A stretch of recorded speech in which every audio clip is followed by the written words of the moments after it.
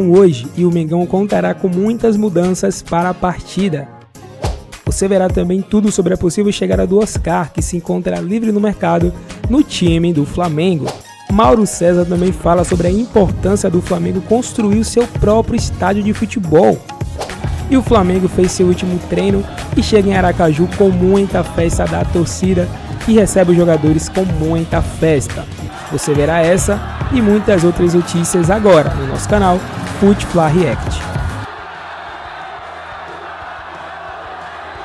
Então fala galera, muito bom dia, já vai deixando aí o seu like, se inscreve no canal, ativa o sino para você ficar por dentro de todas as notícias e novidades referentes ao Flamengo. E vamos começar aí mostrando o treino do Flamengo hoje não, né, ontem também a chegada do Flamengo em Aracaju, que foi com muita festa, e você vai ver muito mais. Vamos acompanhar a partir de agora todas as notícias referentes ao Flamengo. Vamos lá! Nação Aracaju abraçou o Flamengo, que volta a jogar aqui depois de 8 anos. Mas a quarta-feira de cinzas do Mengão começou lá no Ninho do Urubu, com o fim da preparação para o jogo diante do Bangu pelo Campeonato Carioca. Confira tudo aqui agora na Flá TV.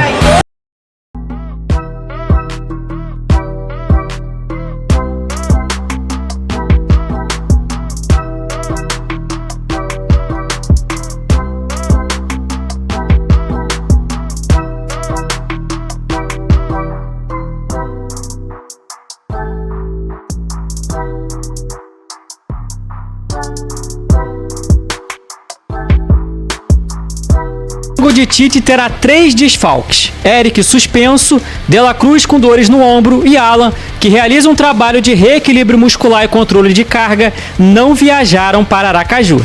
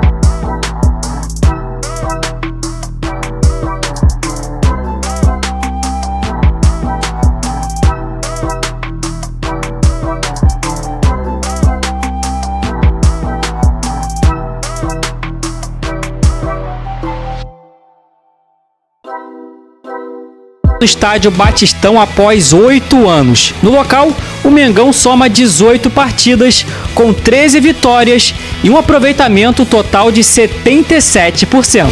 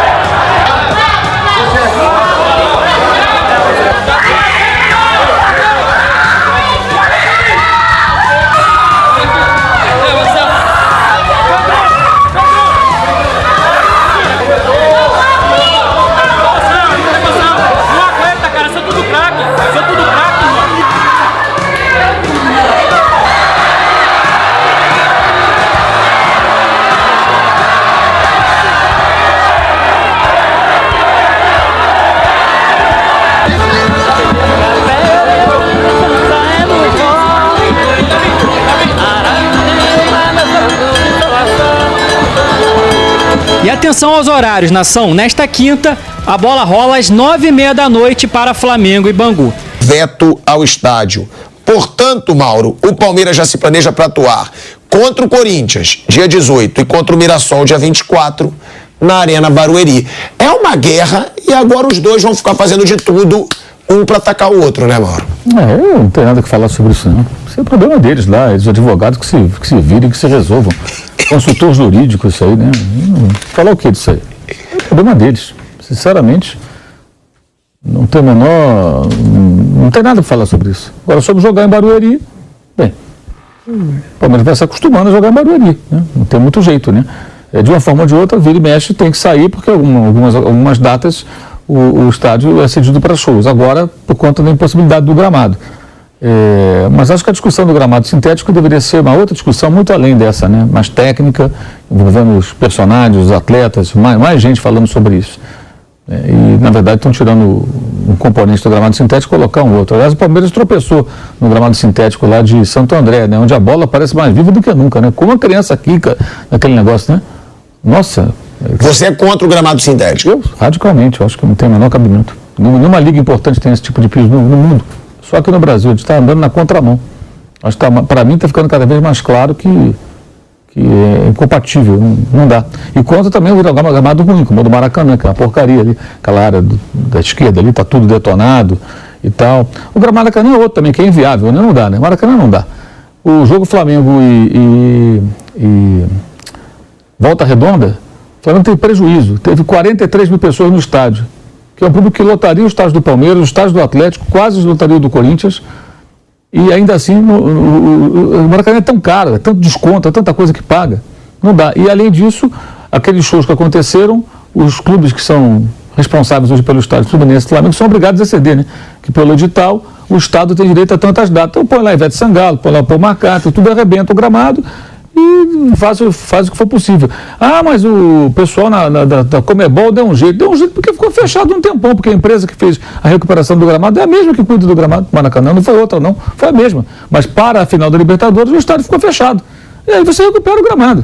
Dessa vez não conseguiram recuperar até hoje, mesmo com essa paralisação das férias, porque ficou ali o palco ali em cima e tudo, então assim, não tem muita solução não. Maracanã acho que cada vez mais é inviável, muito complicado, caro demais pelo que oferece, uma série de problemas. E agora, nesse caso do Palmeiras, é uma briga de advogado, gente. Mas você acha que o clube tem razão? Não tenho a menor ideia se tem razão, não conheço o contrato, não sou advogado, não sei onde que a W Torre errou, acertou. Eles estão brigando há muito tempo, sinceramente, não tenho nada a falar sobre isso não. Piperno, você que acompanha mais o Palmeiras também, você acha que o clube tem razão nesse processo? Não tem? E também sobre o que o Mauro trouxe, né? Porque isso é algo que muito jogador reclama, muito treinador reclama, e que, como o Mauro disse, eu não sabia, mas é bom que o Mauro acompanhe até mais aí o futebol europeu, nenhuma grande liga tem grama sintética. Então, por que o Brasil tem? Aí as pessoas falam, tá perseguindo porque é o Palmeiras, porque Gente, não é. É um debate da bola. Jogadores, inclusive, muitas vezes reclamam. Médicos reclamam, que falam que gera mais impacto, que gera mais lesão. Você concorda com essa situação, que não é o assunto, é essa guerra, mas o Mauro trouxe também da grama sintética. E outro, o Palmeiras está certo em acionar a W Torre na justiça? Se o Palmeiras está privado de jogar lá por um erro que o dono do estádio, né, ou pelo menos a empresa concessionária cometeu, aí sim. Isso aí, por exemplo, eu acho que poderia ter sido visto no período de férias, né? O futebol ficou parado uns 40 dias. Por que esse problema ele recebe agora todo esse destaque justamente no momento em que o futebol retoma as suas atividades? Ora, se o problema estava lá, então isso tinha que ser revisto antes, né? Nesses 40 dias. Agora, eu acho também duas coisas. Primeiro, isso é mais um capítulo na guerra Palmeiras-W Torre, porque o Palmeiras ele reclama uma grana que a W Torre teria deixado de pagar. A empresa, a W Torre, ela reconhece que tem uma dívida, mas ela discorda do valor apresentado pelo Palmeiras. Então aí é uma briga entre as duas. A gente não sabe quem é que está dizendo a verdade, o que prevê o contrato, mas o fato é que o Palmeiras também agora, ele tem um outro argumento para pressionar a empresa que ele entende ser devedora de muita grana. Terceiro, quem tem que ser ouvido também é o jogador. Sabe, o jogador de futebol é o cara que está lá usando o gramado toda hora, então ele tem que dizer o seguinte: olha, esse gramado serve ou não serve, esse gramado nos expõe ou não a maior risco. Agora, se a Europa inteira não usa mais isso, então eu acho que é um ponto importante para a gente avaliar, porque hoje esse tipo de gramado sintético ele tem aqui no Brasil, ele tem, por exemplo, na Liga Americana, ele tem um ou outro gramado lá na Ásia, e obviamente esses não são os principais centros da bola. Se o principal centro do futebol mundial hoje não usa, por que ele acabou banindo isso? Qual foi o motivo que levou a Europa a banir esse tipo de gramado? Então, isso tem que ser avaliado.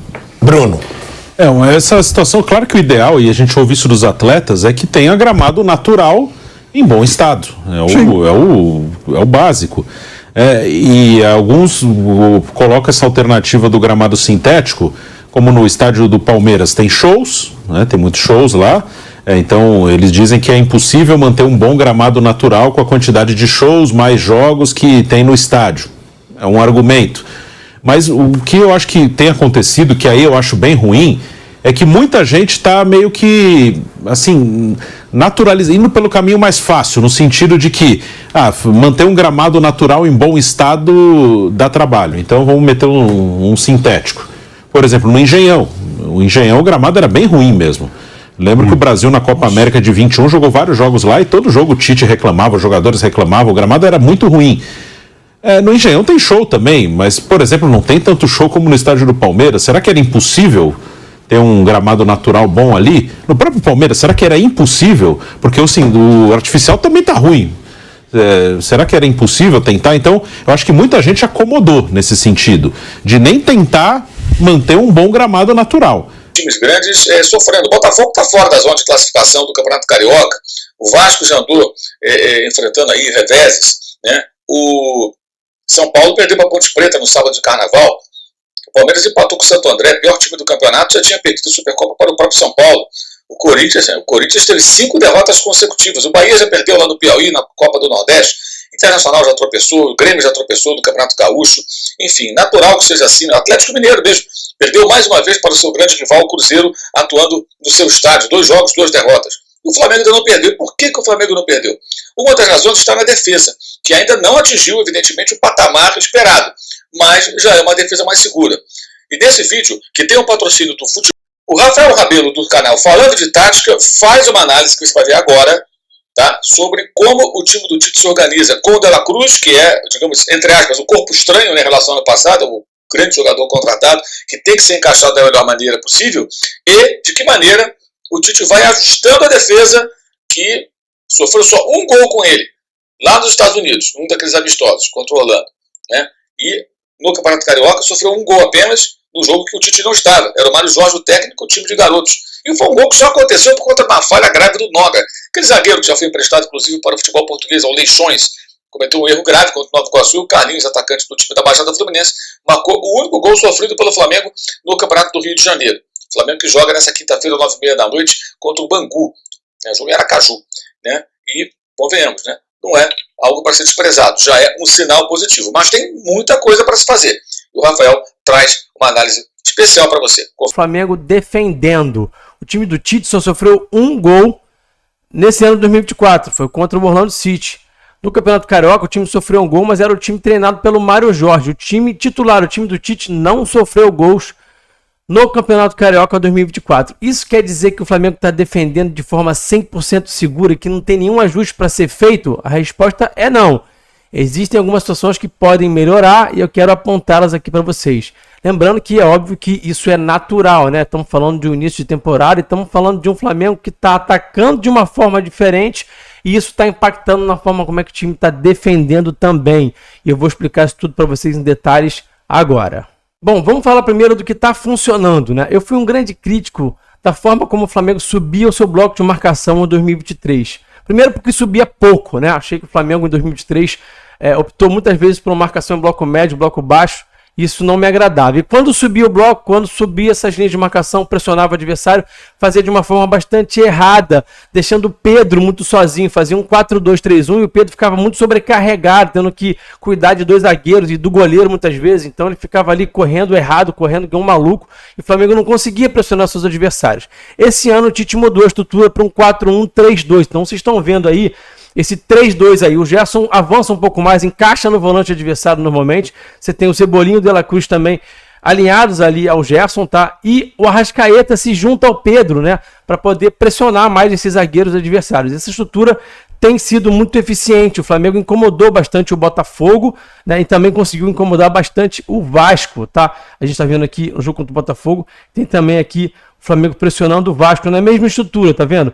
4-1-3-2, o Gerson aqui mais avançado, o Pulgar fica um pouco mais atrás e, obviamente, a linha de 4 com os 2 laterais, os 2 zagueiros ali mais recuados. Então, essa estrutura tem sido bastante eficaz, tá? E tem incomodado os adversários. Tanto é que Botafogo e Vasco, a partir dos 25 minutos, mais ou menos ali, do primeiro tempo, desistiram de construir curto, de construir por baixo, de sair tocando e optaram por começar a jogar mais longo, especialmente no tiro de meta, sempre dando aquele chutão. Isso é um sintoma claro de que o Flamengo estava de fato conseguindo deixar esses adversários bem desconfortáveis, né? O Flamengo conseguiu realmente ser bastante efetivo aí nessa subida de pressão nesse bloco alto. Isso é algo muito importante na minha visão, tá? Bola dentro do Tite aí, da sua comissão técnica.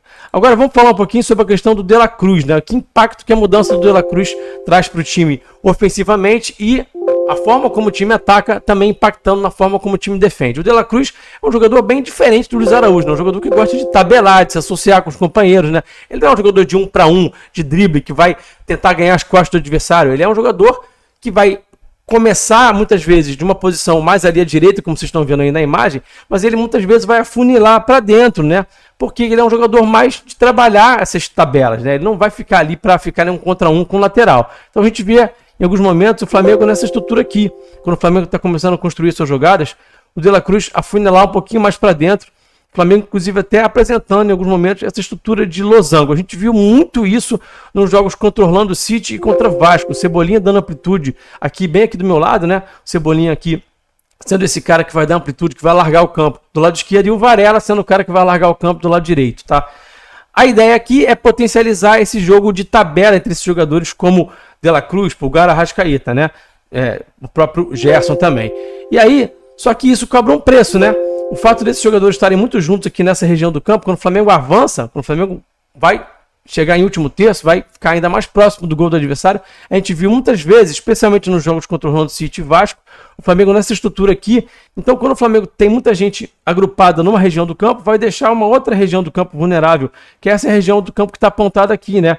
O Varela ficou bastante vulnerável no jogo contra o Orlando City, e no jogo contra o Vasco era o Wesley que ficava ali sofrendo bastante, porque o De La Cruz demorava para recompor, tinha que percorrer uma zona muito grande do campo, como a gente está vendo aqui agora nessa imagem, né? Ele em corredor central, tendo que fazer uma distância muito grande, percorrer uma distância muito grande para poder vir aqui ajudar o Wesley, né? Ser esse cara aqui a vir fazer essa dobra de marcação. Como ele muitas vezes não conseguia fazer, porque a distância era muito grande para percorrer, ele acabava deixando o Wesley vulnerável. E a gente viu, por exemplo, o Flamengo quase sofrer gol, né, de cabeça do Verratti no cruzamento do Piton, muito por conta dessa situação aqui que eu já apontei. O Flamengo corrigiu aparentemente essa questão, tá? No jogo contra o Botafogo, por exemplo, a gente já viu o De La Cruz muito mais posicionado aqui do lado direito, mais fixo, e aí o Tite traz o Arrascaeta para poder trabalhar aqui com o De La Cruz.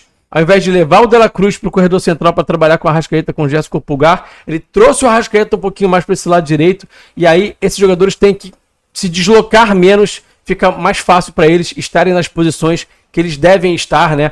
No bloco de marcação, bloco médio, bloco baixo, que é essas posições aqui, né? Que são essas posições aqui, melhor dizendo. O De La Cruz tem que estar aqui nesse lado direito, fazendo essa dobra aqui com o lateral, nessa segunda linha de marcação do 4-4-2. O Arrascaeta também percorre menos campo na medida que ele não se desloca tanto lá para o lado esquerdo, né? Então o time ficou um pouco mais bem distribuído e sofreu menos defensivamente por conta dessa mudança.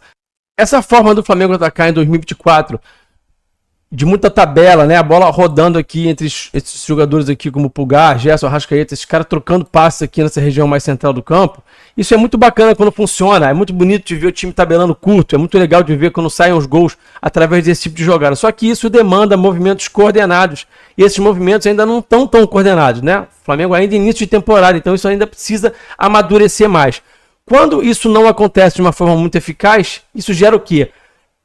Perda da posse de bola através de erro de passe, e isso vai gerar uma situação do Flamengo sofrer com contra-ataques, tá? Então o Flamengo tem sofrido um pouco mais de contra-ataque do que a torcida gostaria de ver, do que a torcida gostaria de ver, do que o próprio Tite gostaria de ver, porque ainda não coordenou muito bem esses movimentos quando vai tabelar curto aqui nesse jogo mais de corredor central, nesse jogo mais de tabela aqui que o Tite está tentando buscar em 2024, tá? Tem também o fator do gramado, né, do Maracanã, que não ajuda em nada, né? Isso também é um fator que atrapalha bastante, acaba gerando erro de passe também. E aí tem uma outra questão que eu quero mostrar para vocês, que é a questão do Flamengo envolver muitos jogadores na saída de bola. Isso cobra um preço, né? Então a gente está vendo aqui nessa imagem que eu estou colocando para vocês aqui, o Flamengo com 6 jogadores envolvidos na primeira fase de construção, como a gente chama na linguagem mais técnica, né? Então o Flamengo coloca 6 jogadores ou até 7 jogadores. A gente vê às vezes o De La Cruz também baixar, né? O Flamengo com 7 jogadores envolvidos na saída de bola e às vezes até 8. Então olha essa imagem aqui, ó. Flamengo contra o Botafogo com 8 jogadores envolvidos na saída de bola, tá? É muita gente. E aí isso cobra um preço. Que preço é esse que essa situação cobra? Você tem muitos jogadores envolvidos com a saída de bola, você vai ter poucos jogadores na hora que o time avança. Isso é uma coisa básica, matemática, né? Fica impossível para os jogadores estarem envolvidos com a saída de bola e ao mesmo tempo estarem agredindo a última linha do adversário, agredindo a baliza do adversário, estarem em último terço, né?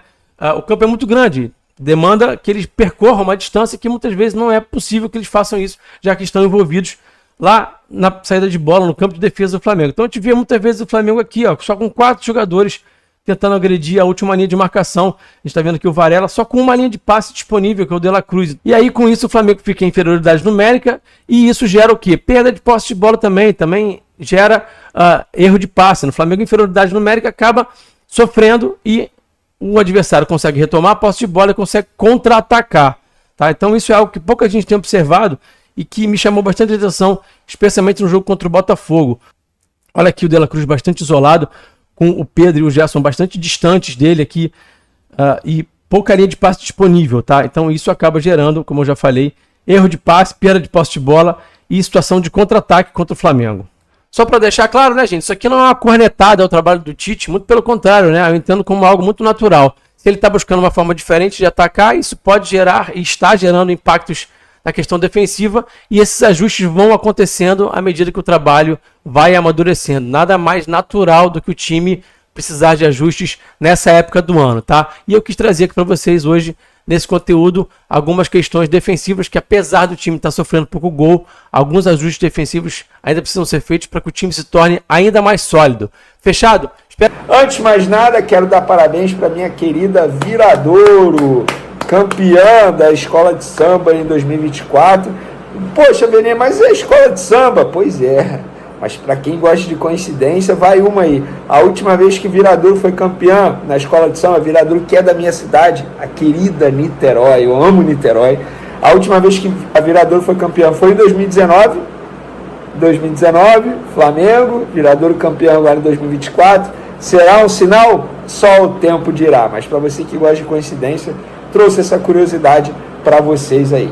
Outra informação de mercado da bola, não deu certo a negociação do Adana da Turquia para assinar com o Lincoln, aquele atacante cria do Flamengo. O atacante viajou, se apresentou ao clube e, por divergências contratuais, não assinou vínculo com a equipe turca antes do fim da janela de transferência. Ou seja, o jogador continua livre no mercado. Que fase é do Lincoln, hein? Mas vamos lá, galera. Vamos falar de Flamengo, que pega o Bangu nessa quinta-feira pelo Carioca em Sergipe.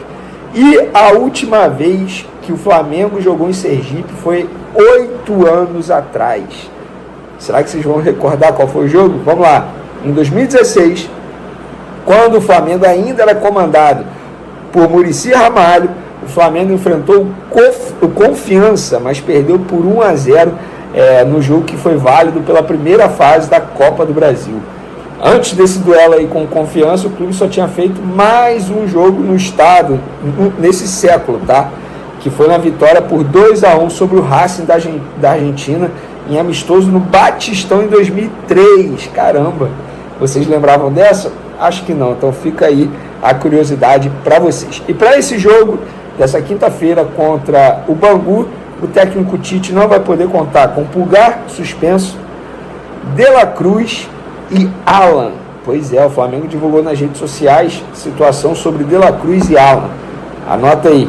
O Flamengo informou que o atleta De La Cruz realizou tratamento por conta de dores no ombro e está fora da partida contra o Bangu. Já o atleta Alan realiza trabalho de reequilíbrio muscular, controle de carga e ficará fora dos jogos pelo período curto de 12 dias. Eu vou discordar da nota do Flamengo quando diz um período curto. Beleza, se você parar a analisar 12 dias, não é nem metade de um mês. Só que, gente, 12 dias para fazer trabalho de reequilíbrio muscular e controle de carga, eu acho muito tempo. Dos males, o menor, pelo menos é um período que o Flamengo não vai ter muitos jogos importantes. A verdade é essa. Tem um jogo contra o Fluminense no dia 25, que eu considero extremamente importante, um clássico, e para mim tem sido a maior rivalidade no futebol carioca nos últimos anos, tanto é que Fla-Flu decidiu os 2 últimos campeonatos cariocas, o Fluminense levou a melhor. Eu vejo o Fluminense hoje como favorito do campeonato para ganhar o Campeonato Carioca. Ah, mas o elenco do Flamengo é melhor. Beleza. Só que hoje o time do Fluminense está ajustado, extremamente ajustado. Claro, não é imbatível, mas o Tite ainda busca a batida perfeita no Flamengo, digamos assim. Tanto é que o próprio Tite fala isso. Então, com esses desfalques, qual foi a lista de relacionados no Flamengo? Goleiros: Rossi, Matheus Cunha, Diogo Alves. Zagueiros: Fabrício Bruno, Davi Luiz, Léo Pereira e Cleiton. Laterais: Wesley, Varela, Ayrton Lucas e Carbone, que é o jogador da base do Flamengo. Volantes: Igor Jesus, Ryan Lucas e Everton. Caraca, 3 volantes da categoria de base do Flamengo. Meias: Gerson, Arrascaeta, Vitor Hugo, Lohan relacionado. Para mim, o Lohan é a próxima joia do Flamengo aí, que vai brilhar futuramente com a camisa rubro-negra. E para finalizar, os atacantes: Pedro, Cebolinha, Luiz Araújo, Gabigol, Bruno Henrique e Matheus Gonçalves, que é um meio atacante. Botei aqui como atacante, mas vocês entenderam. Dito isso, qual é o time titular do Flamengo? A provável escalação? Vamos lá. Rossi no gol, Varela na lateral direita, Fabrício Bruno, Léo Pereira e Ayrton Lucas. Igor Jesus ganhando a vaga no meio de campo, Gerson e Arrascaeta. Luiz Araújo entrando na vaga do De La Cruz, Cebolinha e Pedro.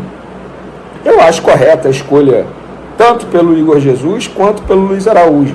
Igor Jesus entra ali. Lembrando, Pulgar suspenso, está fora. Alan, que seria o substituto imediato, está fora para reequilíbrio muscular. Eu acho que tem que utilizar o Igor Jesus, que para mim é um bom jogador. Eu gosto de comparar muito o Igor Jesus com o João Gomes. Para mim é o mesmo estilo de futebol. Acho até que o Igor Jesus pode seguir o mesmo caminho do João Gomes. Claro, tudo depende de muita coisa, em N fatores, ter oportunidades. Mas muita gente vai falar assim, mas por que não botou o Thiago Maia? Já vou explicar por que não colocou. E no ataque colocou o Luiz Araújo, que na minha concepção tem entrado super bem. Inclusive, quando foi titular no último jogo também jogou bem. Para mim, foi o melhor em campo. Eu acho que a oportunidade para o Luiz Araújo na vaga do De La Cruz correta, sobretudo no ponto de vista tático. Luiz Araújo atuando pela ponta direita, o Cebolinha pela ponta esquerda e Pedro centralizado, a Arrascaeta sendo responsável pela armação das jogadas e o Gerson sendo volante, mas também indo muito ao ataque. Então, estou de acordo aí com as escolhas do Tite, a ver como será o time, o desempenho do Flamengo dentro de campo. Sobre o Thiago Maia, por que ele não foi nem relacionado? Porque o Internacional continua insistindo na contratação do volante. O Internacional, inclusive, aumentou a oferta ao Flamengo.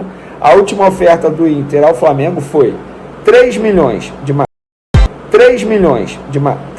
euros de maneira fixa e 800 mil euros em metas.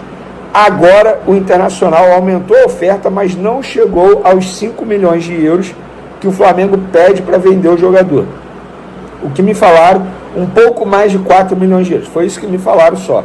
Confesso para vocês que eu não tenho o valor exato. Mesmo assim, será que vale a pena vender o Thiago Maia por esse valor? Supondo que a proposta tenha sido de 4 milhões de euros. O Flamengo vai ter que ir ao mercado contratar um volante.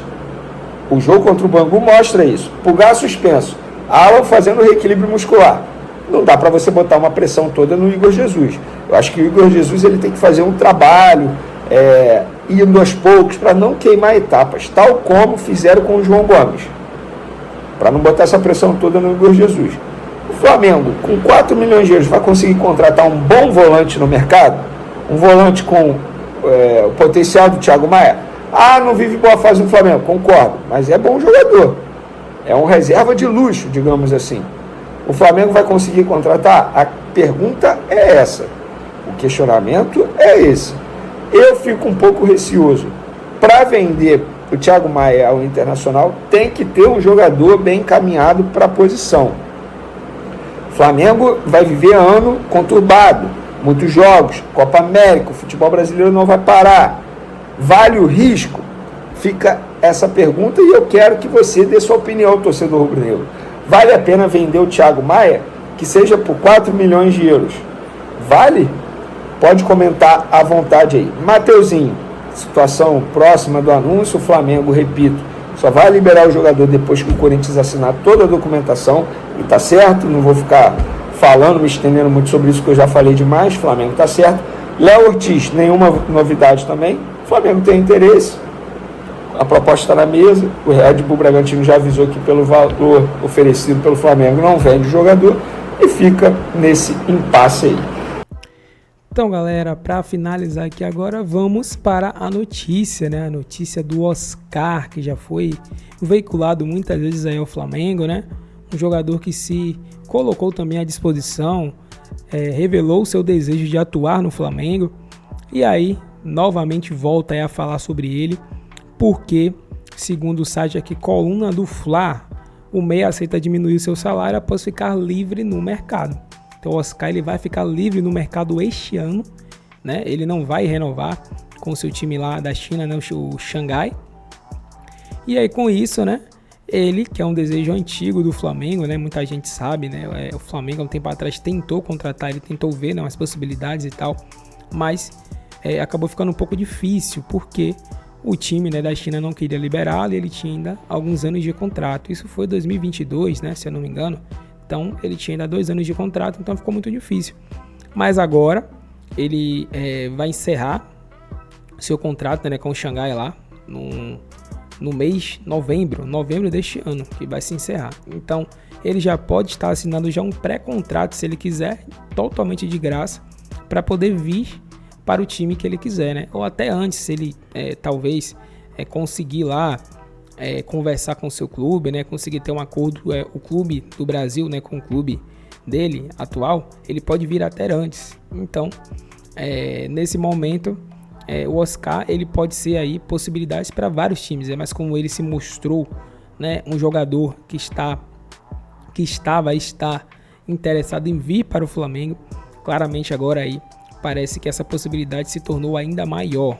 Né? Atualmente o Oscar tem 32 anos de idade, segundo o site ele aceita reduzir seus salários nas próximas negociações com o outro time, e as informações são do jornalista Rafael Reis do UOL Sport. E aí tem aqui algumas questões também, né?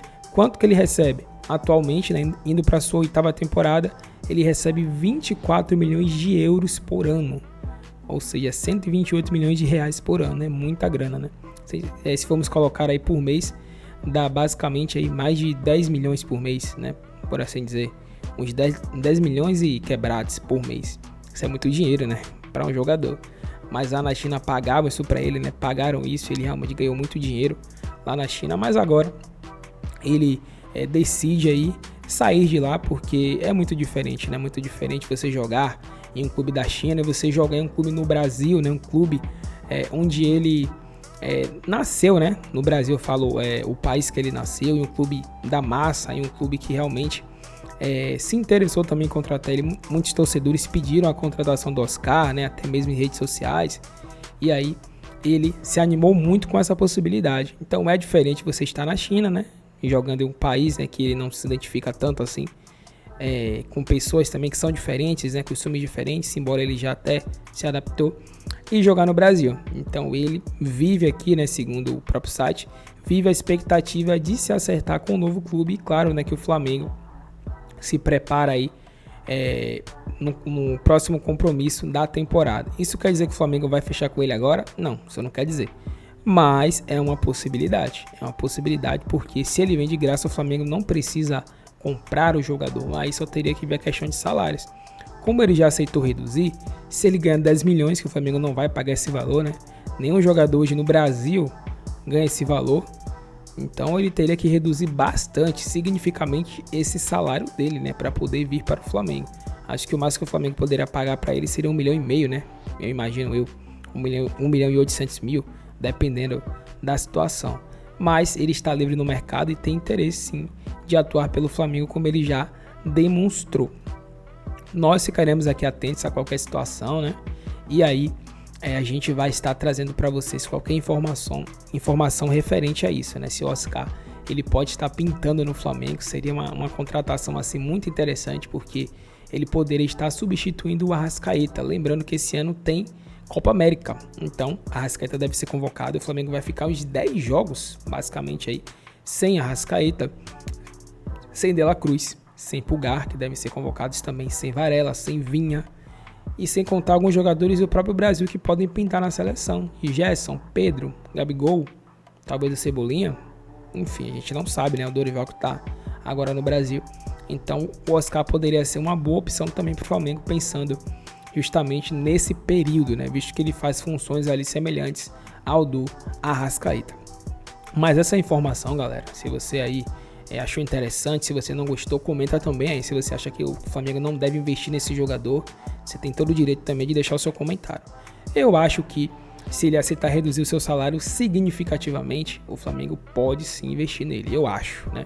Agora, claro, se for por valores muito altos, não vale a pena, porque é um jogador já de 32 anos de idade, é um jogador que passou muito tempo na China, né? Um futebol muito mais fraco, então ele vai precisar vir pro Brasil e se acostumar novamente com o estilo daqui. Então ele precisaria reduzir aí para no mínimo 1,5 milhão ou até menos do que isso, porque já tem muitos jogadores que recebem altos salários e são titulares. Então, na minha visão, teria que ser isso. Mas se ele quiser salários maiores do que isso, não vale a pena o Flamengo investir. Agora, se for algo nessa situação aí, algo próximo disso, menos ou um pouco mais, o Flamengo pode pensar assim em investir, porque o Flamengo não vai precisar comprar o jogador. Mas enfim, essas foram as notícias. Deixa o seu like, se inscreve no canal, ativa o sino. Créditos de todos os vídeos que mostramos aí, né, os conteúdos, estarão na descrição do vídeo. E é isso, galera, nos vemos aí no próximo vídeo. Logo depois de Bangu e Flamengo, traremos aqui um pós-jogo. Esperamos aqui com a vitória do Flamengo.